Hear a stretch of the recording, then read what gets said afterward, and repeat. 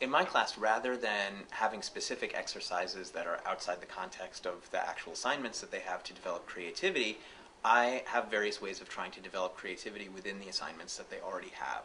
So for instance, if they cut some footage and there's a transition that's a problem for them, one of the things that I might do is open it up to the class and say, okay, well, if you have trouble figuring out how to make this work, is there anyone else in the class that has a good idea of how to make this work? I could tell them the answer. I could say, well, this is how I would do it.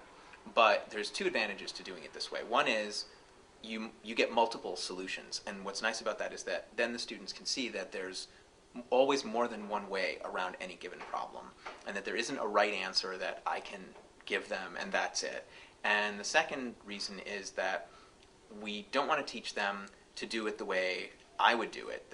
We don't want to teach them that there's some answer that they should always ask me for. We want to teach them to find the answer inside themselves, and I think this helps them to do that. The environment Matt created was always kind of one of a free space, free ideas, where nothing was a wrong answer. It was just something Matt hadn't thought of before.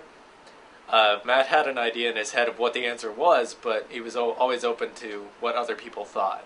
He never said, no, that's wrong. He said, oh, that's a good point, but what else could it be? No one was ever worried to give criticism or speak, and that always helped because you got feedback not only from Matt, but from all your classmates as well. Constructive criticism always helps because getting another set of eyes on your project will always open up your eyes.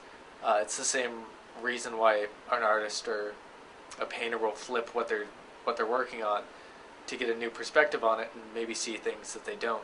And someone else's set of eyes could see a problem that you're neglecting because you're focusing way too much on a smaller detail.